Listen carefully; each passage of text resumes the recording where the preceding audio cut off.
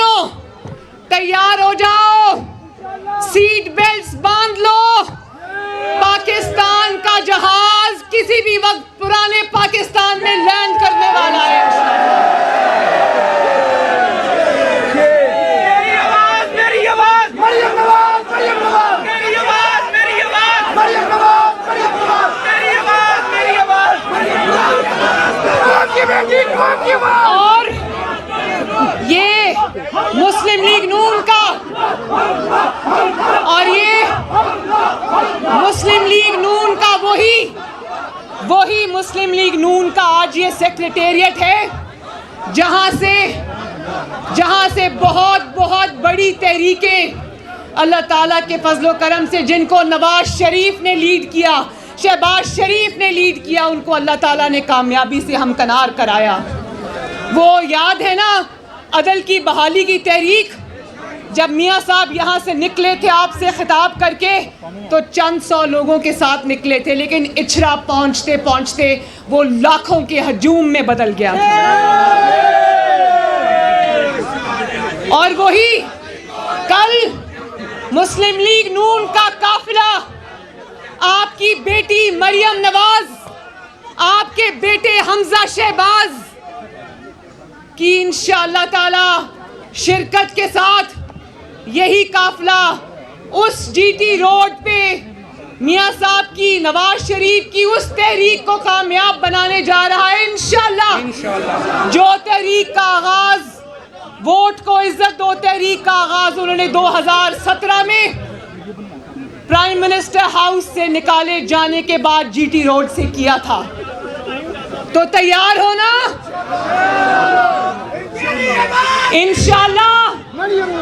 इंशाअल्लाह GT road का कल का ये सफर आपको नवाज शरीफ के तरक्की करते हुए पाकिस्तान पे वापस लेकर जाएगा इंशाअल्लाह।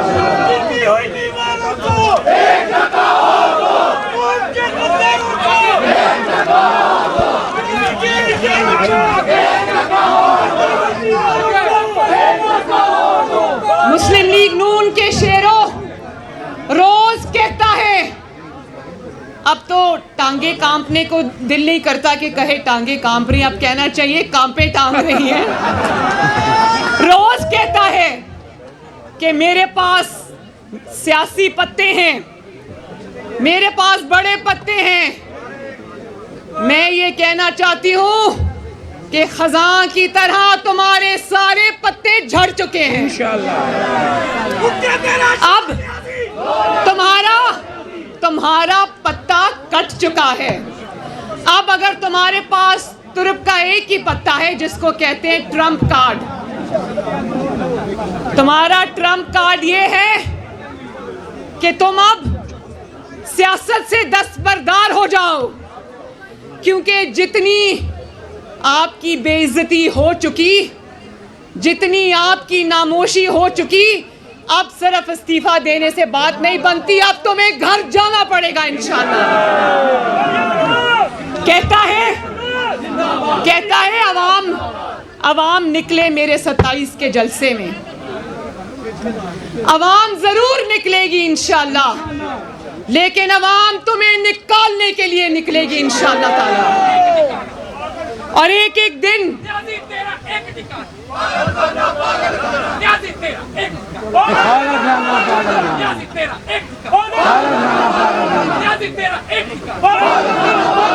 देखते ही देखते शेरों, एक तरफ नवाज शरीफ है जो इक्तदार से बाहर कर दिया गया, जिसने सख्त तरीन वक्त काटा। एक तरफ नवाज शरीफ, शहबाज शरीफ है जो अपोजिशन में मौजूद होने के बावजूद उनकी पार्टी से अल्हम्दुलिल्लाह एक बंदा नहीं टूटा। और एक जगह ये न्याजी है कि अभी भी इक्तदार पे बैठा है लेकिन पूरी पार्टी नीचे से खिसक गई है। एक एक करके तमाम बंदे रुखसत हो चुके हैं। अब कितने 2 दर्जन से जायद तो टीवी पे आकर कह चुके, इसके मुंह पर कह चुके कि हम इमरान के साथ नहीं हैं। तो अब समझ नहीं आती कि ये पार्टी से लोगों को निकालेगा या इसकी पार्टी इसको निकालेगी मुल्क से। इंशाअल्लाह ताला वो वक्त करीब है। और एक एक दिन करके मेरे भाइयों बहनों, एक एक दिन करके ये वोटिंग आगे करके अपने इक़्तिदार की भीख मांग रहा है।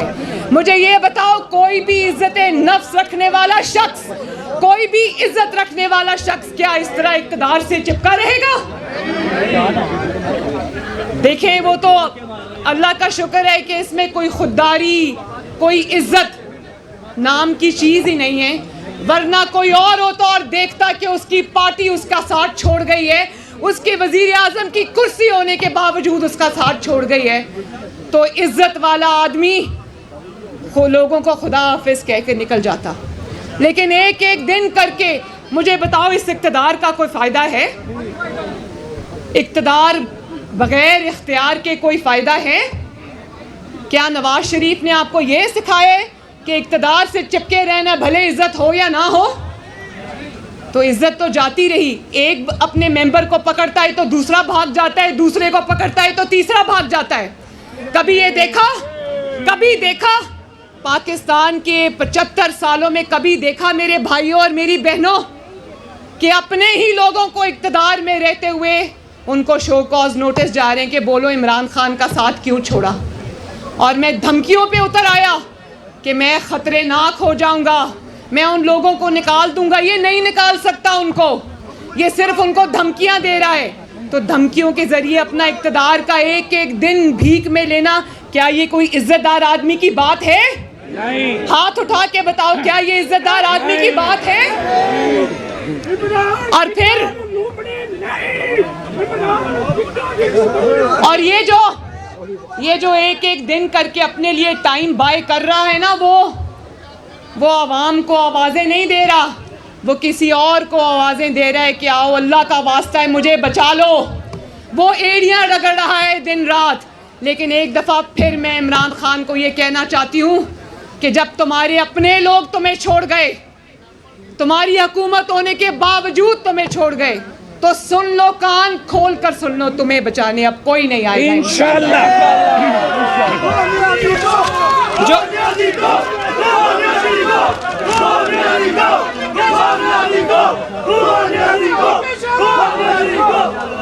जो अकड़ कर तकब्बर के साथ, भाई एक मिनट भाई, जो तकब्बर के साथ अकड़ कर बड़ी रऊनियत के साथ ये कहता था मैं नारों नहीं दूंगा, आज एड़ियां रगड़ रगड़ कर वो हर शख्स से नारों की भीख मांग रहा है।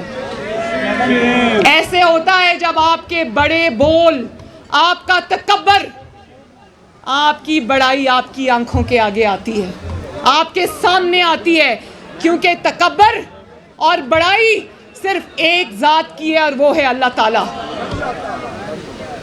तो तुम्हारा इक़्तिदार किसी साजिश ने ख़त्म नहीं किया, तुम्हारा इक़्तिदार किसी आलमी साजिश ने ख़त्म नहीं किया, तुम्हारा इक़्तिदार ऑपोजिशन ने ख़त्म नहीं किया, तुम्हारा इक़्तिदार किसी सियासी पार्टी ने ख़त्म नहीं किया। सुन लो, तुम्हारा इक़्तिदार अवाम की बद्दुआओं ने ख़त्म किया है।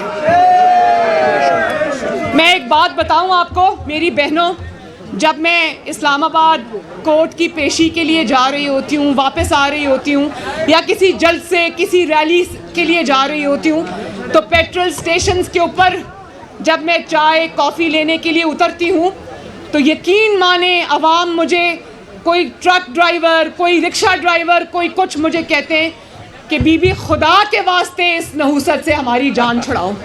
और ये बात पिछले 2 साल से चल रही है।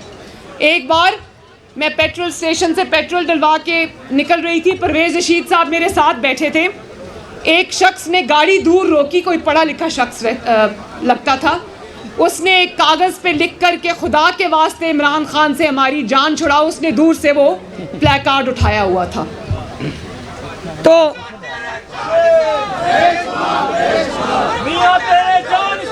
बात ये है कि इमरान खान अपने मकाफाते अमल का शिकार हुआ है, अपने तकब्बर का शिकार हुआ है, अपने बड़े बोलों का शिकार हुआ है।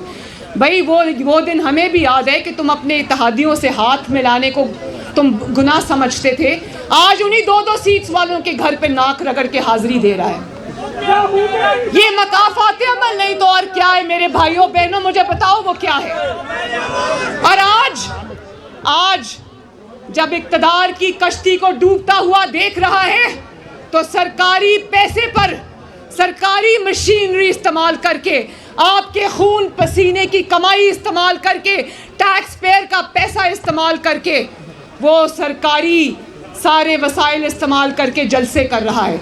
जहां पर वो सरकारी पेट्रोल से सरकारी हेलीकॉप्टर में जाता है, सरकारी बुलेट प्रूफ मर्सिडीज़ में जाता है, तो आवाम तुमसे हिसाब ज़रूर मांगेगी। हिसाब देने का वक्त अब आ गया है इंशाअल्लाह। देखो, बड़ी बड़ी बातें करता था हमजा ने, अभी अपनी बात में ब्रॉडशीट का भी जिक्र किया। बड़ी तुमने लोगों पर बुहतान लगाए, चोरी का, डाके का, तुमने ये नैरेटिव, ये बयानिया मुस्लिम लीग नून और अपोजिशन के ख़िलाफ़ तुमने बिल्ड किया। तो आज जब इक़्तिदार की कश्ती डोल रही है ना, तो मेरे भाइयों ये याद रखना, ये सिर्फ इक़्तिदार जाने का खौफ नहीं है, ये मेरी बात लिख के रख लो कि ये इस बात का खौफ है कि अगर इक़्तिदार चला गया तो मेरी उन चोरियों के जिसके ताने बाने बनी गाला से मिलते हैं वो सारी खुल जाएंगी। और ये भी मैं बता दूं, एक मिनट, बहुत ज़रूरी बात है, बहुत ज़रूरी बात मैं करने लगी हूँ कि मैं ये बात आपको बता दूं कि इसका इक़्तिदार अभी गया नहीं है, जाने वाला है।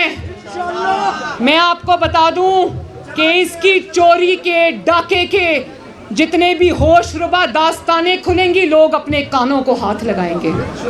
वो लाहौर की एक खातून है फरा, सारी दुनिया जानती है लेकिन नाम किसी ने नहीं लिया, मैं नाम ले रही हूँ। वो फरा जो है उसके भी ताने बाने सारे बनी गाला से मिलते हैं और जादू टोने से मिलते हैं। कोई पोस्टिंग, कोई ट्रांसफ़र, कोई तब्दीली, कुछ भी करोड़ों रुपए से कम रिश्वत में नहीं होता। और वो ताने बाने सारे इमरान खान के घर से मिलते हैं। आने वाले दिनों में इंशाल्लाह वो सबूतों की भरमार आप मीडिया पर देखेंगे इंशाल्लाह।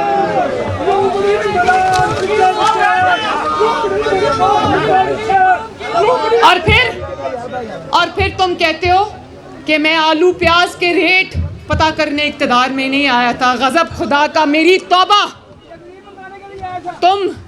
तुम हज़रत उमर फ़ारूक की मिसालें देते हो, रियासत मदीना की मिसालें देते हो और कहते हो हज़रत उमर फ़ारूक तो अपने कंधे पे बोरियां उठाकर अनाज की गरीब को पहुंचाया करते थे, और तुम कहते हो कि मैं आलू प्याज टमाटर का रेट पता करने नहीं आया और सियासी शहीद बनने चले हो। याद रखना, तुम सियासी शहीद बनने की कोशिश भी मत करना, क्योंकि तुम कभी, मैंने पहले भी कहा था कि गीदड़ की खाल पहन के कोई नवाज शरीफ नहीं बन सकता।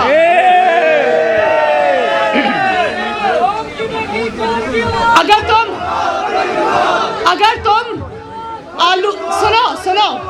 अगर तुम आलू प्याज का रेट पता करने नहीं आए थे तो क्या तुम गरीब की रोटी छीनने आए थे? क्या तुम गरीब के चूल्हे बुझाने आए थे? क्या तुम किसान से उसका ट्यूबवेल इतना महंगा कर दिया, खाद महंगी कर दी, तुम किसान से उसकी रोटी छीनने आए थे? तुम गरीबों की नींदें हराम करने आए थे? तुम मीडिया से उनके कलम छीनने आए थे? तुम मीडिया से उनकी आज़ादी छीनने आए थे? इंशाअल्लाह तुम्हारा यौमे हिसाब करीब है। बाकी बातें इंशाअल्लाह ताला कल लॉन्ग मार्च में। लेकिन मेरे भाइयों, मेरी बहनों, मैं कौम को ये पैगाम देना चाहती हूँ कि अगर तुम महंगाई से निजात चाहते हो, अगर तुम लाकानूनियत से निजात चाहते हो, अगर तुम चोरों और डाकुओं से निजात चाहते हो, अगर तुम अपना मुस्तकबिल संवारना चाहते हो, तो पाकिस्तान की खातिर निकलो। हाथ उठा के बताओ, पाकिस्तान के लिए निकलोगे? इंशाअल्लाह। अपने बच्चों के लिए निकलोगे? इंशाअल्लाह। अपनी आने वाली नस्लों के लिए निकलोगे? इंशाअल्लाह। तो इंशाअल्लाह ताला कल काफिला यहीं से रवाना होगा। अल्लाह ताला आपका हामी और नासिर हो। अल्लाह हाफिज। पाकिस्तान।